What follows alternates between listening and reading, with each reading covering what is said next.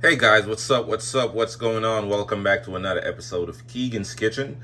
And for today's recipe, I'll be showing you how to make the perfect omelet in the air fryer. Stay tuned.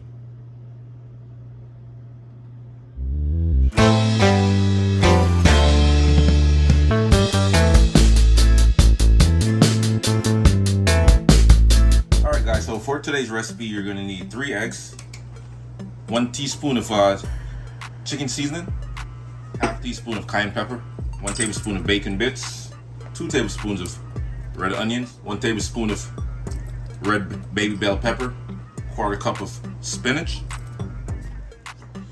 Then you just want to mix all these beautiful ingredients together, guys. Oh yeah!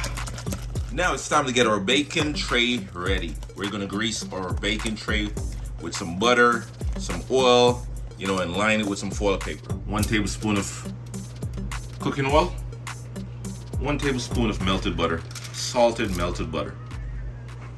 Then we're just gonna pour our egg mixture. This is gonna be so good. Beautiful, beautiful. All right, guys, so we're just gonna bake our egg for 3 minutes at 400 degrees Fahrenheit. All right, stay tuned.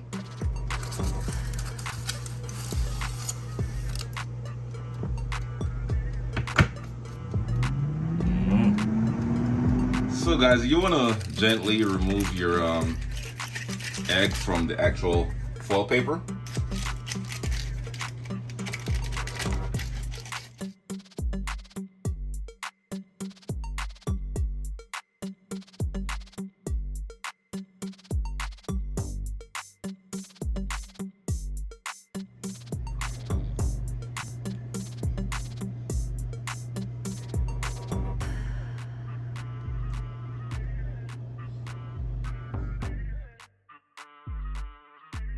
All right, guys, time for a taste test.